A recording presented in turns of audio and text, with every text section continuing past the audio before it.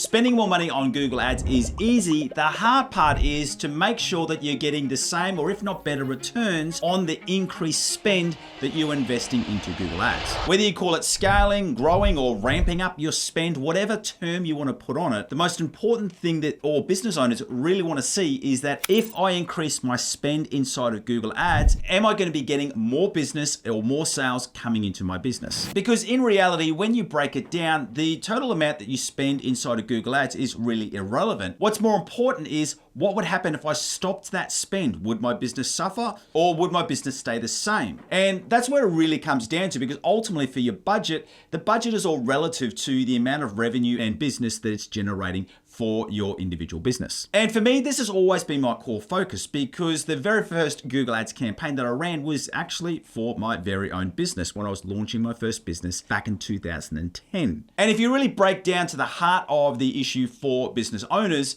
is that it's not really the amount of money that they are spending which gives them the concern, it's whether that money could be better invested in other areas. And that's what I think sometimes as Google Ads professionals, they can get too technical, because really when you try to break it down, there's really only two core mechanisms that you can use to scale any Google Ads campaign. So in this video, what I'm going to be doing is we're first going to discuss those two mechanisms, and then we're going to get super practical. We're going to jump over to a screen share, and I'm going to walk you through some longer term examples. So we're not just looking at the last 30 days. We're going to be looking at data well over 2 years. So I can really show you the process of what we do to scale real life businesses with Google Ads. And I'm going to be showing you an example for an e-com business and for a lead gen business as well. But before we get into that, one of the main trip ups that people have with scaling is getting their smart bidding strategy set right. If you want to make sure that you've got the right smart bidding strategy set, or if you're a little bit unsure as to whether your campaigns are ready for smart bidding or whether you should be adjusting your target ROAS or target CPA goals, I want you to follow the link in the description below and you can get access to my smart bidding checklist.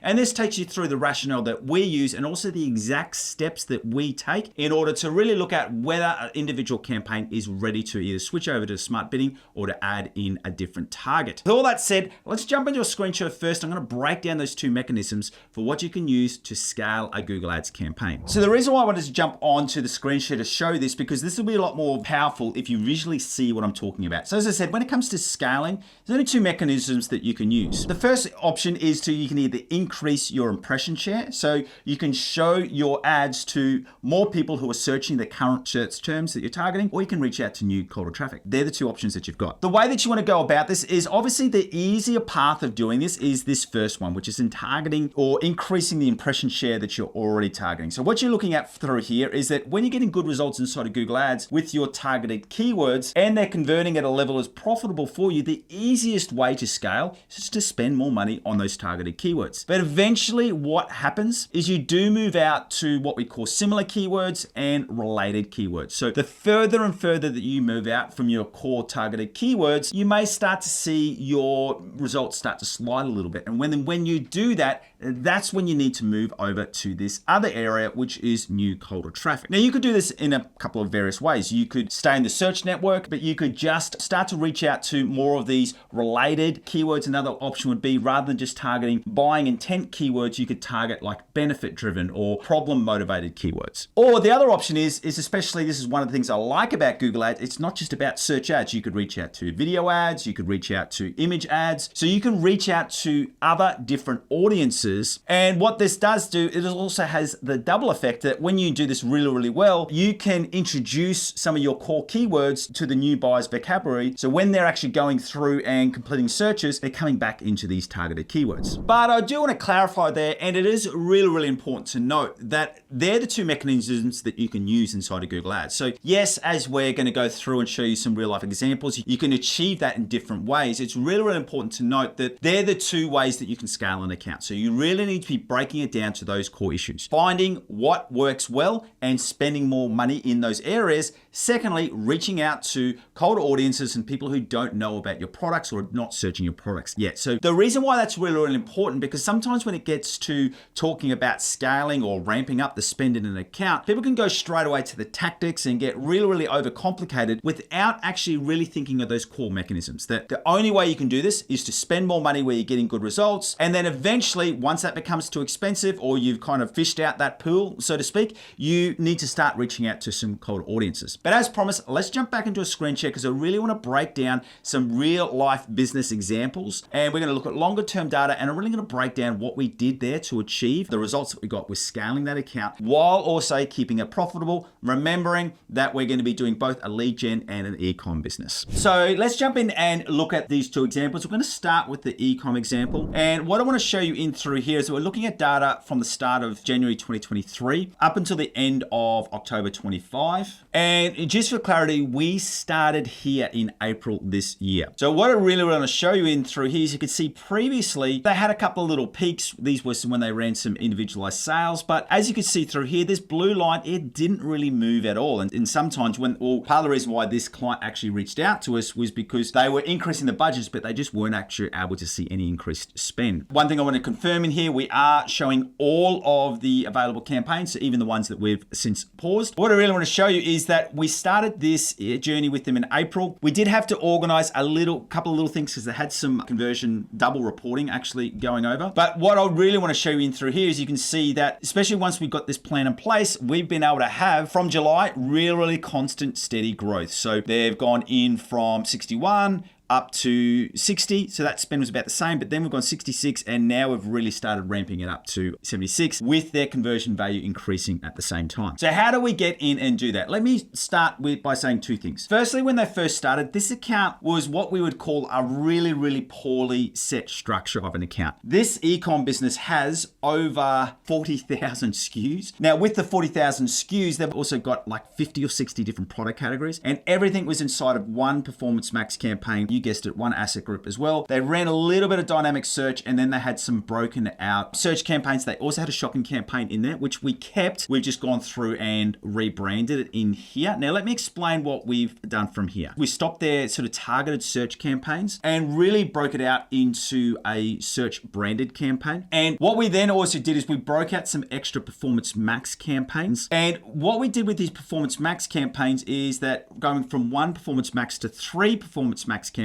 that allowed us to really start looking at a couple of different areas. Now, people use different terminology on this, but what we're looking at is we were focusing more spend on their winning products. So these are the products that were getting a high level of spend at a good return. We then broke out some extra Performance Max campaigns to really start targeting and focusing on what we called potential products. So these were products that some people call them sidekicks that were getting some conversion. So they were converting, they just weren't getting much spend because they weren't as popular in terms of search volumes. That's been the core driver that has really allowed us to really start ramping not only the spend, but also the performance. So if we look at October, just gone, one thing I do need to note about October, the day of recording, it's only the 3rd of November. So there's more data to come in here because they have an acquisition window of about 7 to 10 days for most of their data to come through. So let's rewind that to October the previous year. So they're at 47 for we'll call it 370. Whereas this month they were at 76 for 588. And then let's look at that ROAS in there. So there was some double reporting in there, but as you can see, that has pretty much actually gone up, even though there's less reporting in there. But for us, we don't get too tied to the ROAS. What we're really looking at is that, yes, it needs to be profitable for the business, but this is what you want to see. Ramping up spend, ramping up the total conversion value coming into the business. So just as a wrap up there and a recap there, the main movement there was, yes, there definitely was some things that we did around their shopping feed, around their product titles, but the main movement there was because they had so many, 40,000 plus SKUs, what was happening is that all of the spend, it was converting. The problem wasn't converting. What their problem was is that the structure was what I would call a little bit too simple. And what we did is we added in new campaigns in order to free up some spending. A core thing you need to remember with Google Ads is that your budget is held at the campaign level. So especially with like a Performance Max campaign, it is really common that it can spend just on a couple of product titles. So what you want to do is break it out and allow Google to spend. There was another little thing in there as well. What we also did do with this shopping campaign is that we really wanted to move this to be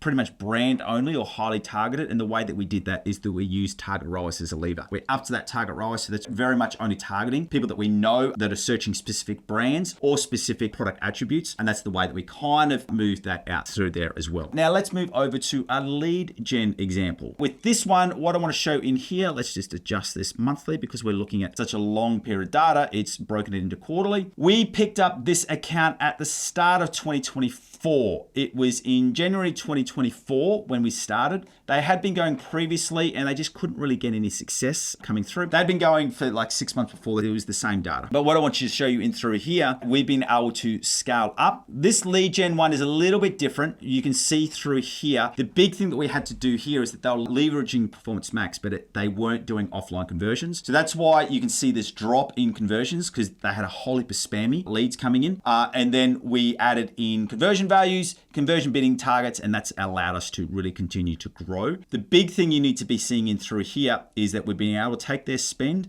Let's look at October to 34, let's call it 35,000. The previous October, 12 months after that, we added an extra 12,000 in spend up to 47. And just gone this month, we hit 77. So over a 2-year period, they have, let me get this right. Yeah, we've more than doubled their spend. The way that we did this one took a little bit more work just with the nature of this business. But what I want to show you in through here is that they had like a lot of these different Performance Max campaigns in there. I'm just going to remove them in there. So their previous structure was they had a whole heap of Performance Max campaigns and a whole heap of search campaigns. And it was just a jumbled mess. Their biggest problem was the fact that they didn't have proper conversion data feeding in. If you're going to be using any type of smart bidding or Performance Max on a lead generation business, especially when you're talking larger budgets, depends on the market you're going into, but for like a market like the US, you can definitely get away with up to 10 grand before we need to go down this path. But really when you want to grow, you're going to need to be leveraging with these campaigns like Performance Max. But it is important to note that even now, let me just bring this back to the last 30 days. So I'll go the last couple of months. This one here is their Performance Max campaign and all the rest are all their different search campaigns. I'm going to explain that really, really soon, but we're only spending 10% on Performance Max, but it is a really, really important part of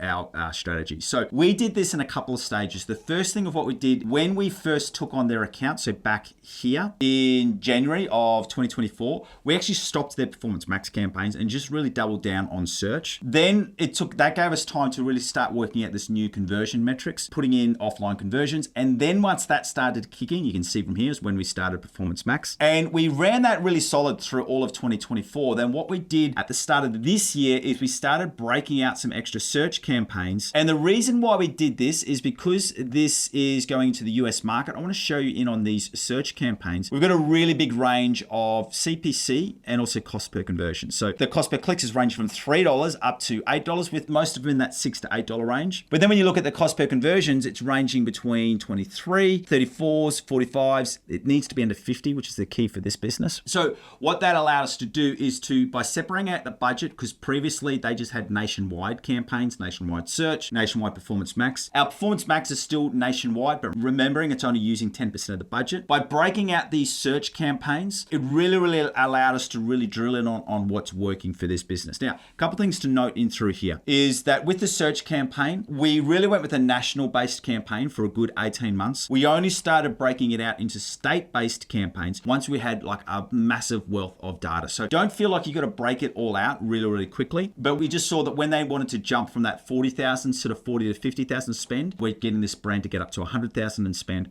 that's when we knew we needed more control around the state-based campaigns. So as you can see, there's different ways which you can achieve those goals. But what I want you to think about when it comes to increasing the spend in your account, just remember there's 2 core mechanisms that you can do. Increase the spend on where you're seeing your current results, or reach out to colder audiences. And that's what I really want you to think about. In both of those examples, that's essentially what we did. We added in segmentation, so extra campaigns, to really start controlling the spend. So we noticed some areas, so targeted keywords, where we were getting good results, but Google wasn't spending enough money there. So by breaking it out into a separate campaign, that meant that Google had to spend money in those areas. Whereas in the second example, we did that by state-based location. So we wanted to control how much is spent in each location, because especially when you're dealing with larger countries like the US, you might have some smaller population bases, which are really, really profitable, but the larger population states like California and New York might take a lot of that spend. So by breaking it out, you're forcing Google to spend more money in in those areas. And then another way you can do it is by reaching out into colder traffic audiences.